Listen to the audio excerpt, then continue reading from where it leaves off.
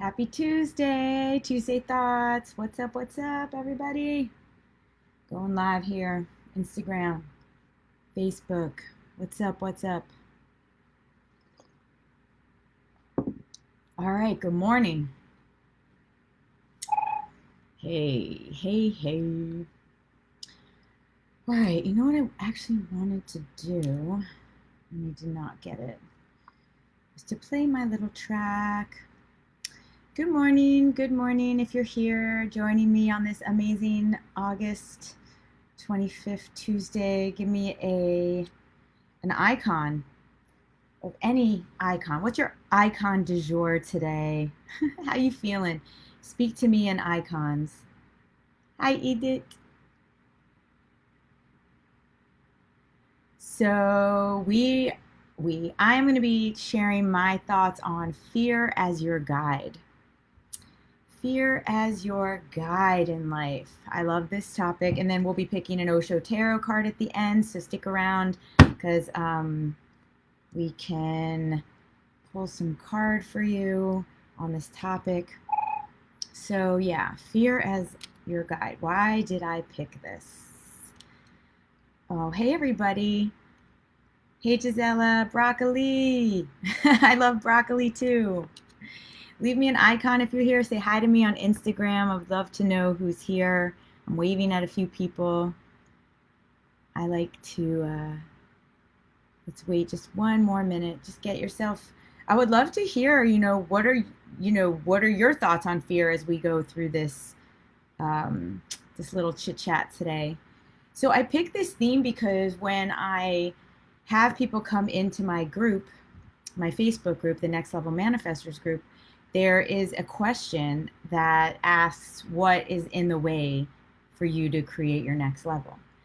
And 80% of people say fear. So I just decided, why not talk about fear? Let's dive in a little bit. And let me share with you how I went from basically fear being the thing that used to take me down to fear being my guide. So I guess it's a weird thing to say, like, oh, let's let fear be our guide, because I just want to also make a distinction here that fear is also is a useful tool, just like all the emotions that we have. Fear holds its special gifts in it. And I talk about your emotional portfolio, which I'm learning to define more and more here. And your emotional portfolio is basically being able to make a relationship or a connection with each of our emotions so that we know how to navigate it. We know how to call upon it when we need it. We know how to, when it comes up, like when fear comes up, instead of panicking, instead of going into any default programming, you learn how to use it as a gift to show you where to go next. And I'm talking about fear, and I'm also talking about all the other emotions. Hey, everybody. If you're joining, just leave an icon. We're talking about fear as your guide. Share with me your thoughts on fear. That would be awesome. So I think I can trace back to a few very distinct moments and things that, like this quote that changed my life that I'm obsessed about. I pretty much say it on every talk, which is by Bob Proctor. And he says, and I wrote it in one of the chats, and I'll be putting it in the link here for my comments, but it's basically both fear and faith demand you to believe in something that you cannot see. And the power of that quote, when I heard it, like really, like mind blew my brain off, because it's so true. What is fear? Fear is this projection of what something is going to be, which it's so ridiculous because we can't create, we don't know what it's going to be like, in the future. But we can know some things. So fear can also, before I go into that one. So we can know some things because there is a time, if you're a conscious creator, that you are reverse engineering things in your life, which means the future and the unknown is way more known than you think it is. that's very different because you're actually in the creation mode. But fear, this kind of blind faith, I don't know what's going to happen. I don't know what's going to happen. And actually, that's how my saboteur showed up. She showed up as I don't know. I kept on saying, I don't know, I don't know, I don't know. And I was hiding behind I don't know in my life. And I don't know was like this big gate that was locked to me going down the exploration of tapping at some of the fears, asking them, is it okay to come through here? And I made a track that is called The Only Way to It is Through It. Because if you really think about fear is like, I wrote this down. Wait, where is it? Fear is the gatekeeper to change. And like, that's kind of cool and it's really beautiful because there's actually this gatekeeper there that's saying, I'm protecting you. I'm protecting you. Are you sure you want to pass through here? Because it's going to require you. It's like kind of like check, like check your checklist. Are you ready to make this passage through? Because it's going to ask you to be someone new. It's going to ask you to rise up, to dig deep. And that's why if you develop a relationship with fear being your guide, then every time it comes up, you can have a moment where you say to yourself, all right, this is the way through. Let me get prepared. Because when you're not prepared, that's when you can get off center. That's when you can really feel like you're being whipped around on the outside of change. You know, the tarot cards that we have, there's this hurricane kind of vibe on the change card. And it says if you're staying on the outside, then you're going to be whipped around. But if you go towards center, and for me, center means being prepared. There's nothing like preparation and thinking through something is a part of future casting in a way. So you're getting yourself prepared. Preparation. It's great. So fear as my guide is the gatekeeper. So there was a moment through my journey of growing and self-development and growing my business that I was afraid of failure. I mean, the fear of failing was it was paralyzing actually. And that's the sucky part, is that it's so paralyzing that it's actually just looping me back into fear because I can't make moves to get out of the fear. And ultimately I'm creating the failure. Through the work that I'm doing, the mind mastery work, the breath work, the coaching that I received, I stepped up, I stepped in, I was rising up through fear, learning how to basically make decisions, maybe fall, but get back up. Like, I feel like, people are like, wow, Lisa, you're so tenacious. Wow, you never give up. And I think, you know what? There is no giving up. And that's at the core of my commitment to myself, I think, is that I never give up. But I fall down, and I've fallen far, and I've stayed in some lower depression and some other places. Hey, Becky, for long periods of time. And I think the self-mastery for me has been not that I fall, but how quick can I get back up? And slowly, fear of failure turned into fear of success. And I was like, whoa, this is a whole different fear. But that's when I learned that fear can be your guide. And that's when fear can really be that gatekeeper to change, and making your own checklist of what you need to get through change is also mastering resistance, mastering fear. I think, worry most of the time is like, I think, a cousin or a brother to the past. Like, I'm worried about it happening again, which is like, I think I personally see like worry, anxiety, nervous. Those things they're all like brothers and sisters to fear. But some are worried about repeating the past, and some are concerned about what's going to happen in the future. But either one takes you away from being in the present.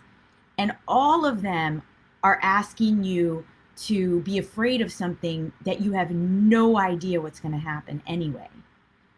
And I think that's really the key to it, is you have no idea. And this is the beauty of our brains. They are brilliant at making up stories. And if only we can just turn that energy of our brilliance, of our imagination, of our visualization capacity to begin to imagine best case scenario instead of worst case scenario. Because fear is related to worst case scenario. I have fully trained myself to catch myself from creating worst case scenarios. And I actually love to go in just seeing best case scenarios first and then gathering information. I think I say that a lot. It's like, it's all about gathering information. And I say it that way, almost like robotic, because when you gather information, you are in the way I'm saying it is about detaching it from it, the emotion of it, and being more in witness, which means you're not in the past, you're not in the present, you're just, in the future, you're in the present. You are able to ask yourself, here's one of my mind mastery hacks. It's such a, I don't even, call it a hack, but it's basically a question you ask yourself, which is, what are my options in this moment? So if you find yourself in fear, in panic, in worry, in nervous, all of those things, which are like getting you really far future, worst case scenario, or really back past programming coming forward, and you can train yourself to say, time out. What are my options in this moment? In this moment, you can lay them all out. And I find it to be a very powerful way to like stop and stop, collaborate, and listen. Ice is back with this brand new edition. Yeah, so if there's anyone here that has any takeaways, if you're watching the replay, let me know what your takeaways are so far. I wanted to also mention, when I'm doing interviews, people interview me, and because I do this mind mastery work, I'm often asked, like, what is your biggest fear? And I remember having to really think hard on that first one. And then I was like, let me be prepared with this question. And my biggest fear is not reaching my potential. And I think that that's just my truth. I think knowing what I'm capable of, knowing that if I can think it, I can create it. It also puts pressure on me because it's basically, if I'm not achieving what I want to be having in my life, well, I can beat myself up over it. Sometimes I have in the past, but it's like a constant tweaking. It's like, well, what else can I do? How can I bring joy into my life? My friend asked me the other day, she said, are you happy? And I had a moment and I realized, I don't know if I'm seeking happiness. I think I'm seeking moments of joy. And maybe that is a form of, that is a form of happiness, but it was just in the way that I needed to say it to myself. Like, because first of all, I don't think we attain anything and stay there. I think we are dancing. And it came up in another talk I was doing recently where it was like, okay, balance. We were talking about balance and how, again, I don't seek balance. I seek balance either, because in some ways I see balance as like kind of stagnant in the middle. You can also see it as, this is how I do see it, which is like the use of both polarities, and like as if you see it as your legs standing maybe in the middle of a trapeze or not trapeze, the balance beam or some sort of rope, and you need both. You need both your legs to balance. So just like fear and faith, in some ways, to me, are the two sides of the same coin. So we are balancing between those two. And so it's okay to have fear. Fears are great. Back in the day when we were in survival mode, fear was adrenaline. It was your body's alarm system to give you adrenaline to run the F away if you had to. So fear is built into us, just like all the other emotions, and it has chemical release for us. And I guess today is really just me making an offering to all of you that, can you begin to see fear as the guide to show you where to go next, knowing that the only way to it is going to be through it, and that fear is not something to fear.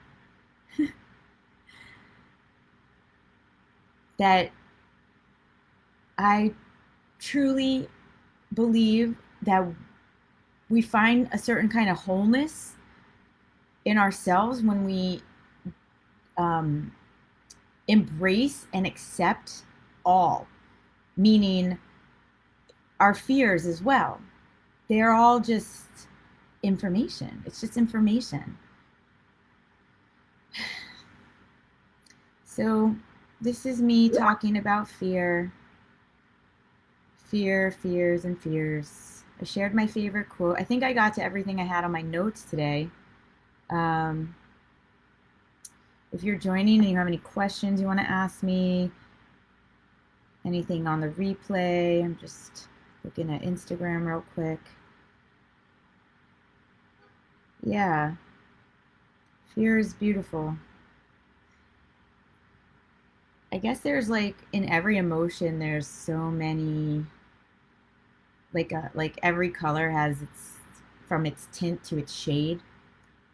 So even inside of each emotion, fear as well has like almost from 0 to 10, you know.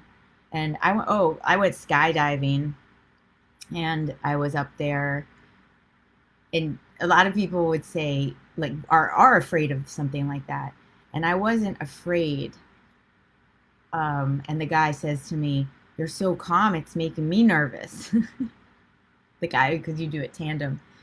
And but then I was second, and I watched the person in front of me go out, and then it was like this whoosh, and he dropped down.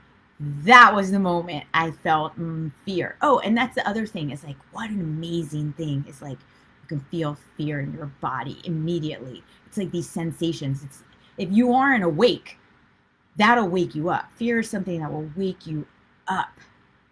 And it's good because then you're like, oh my God, I'm alive. My heart is beating. So I talked a lot, and I just realized it's 17 minutes and I didn't do the Osho card. Here we go. On fear. There's actually a card. It's not called fear, but it has to do with what I was just talking about like knowing that your heart is beating and feeling it. So here we go. On fear. This is a card to support us on what it is that we need to know or learn or just deepen around fear as our guide. Anything. Here we go. I'm going to pick a number I see around me. I see the number 9. Here we go. 9 from the top. 1, 2, 3, 4, 5, 6, 7, 8, 9. Interesting. Turning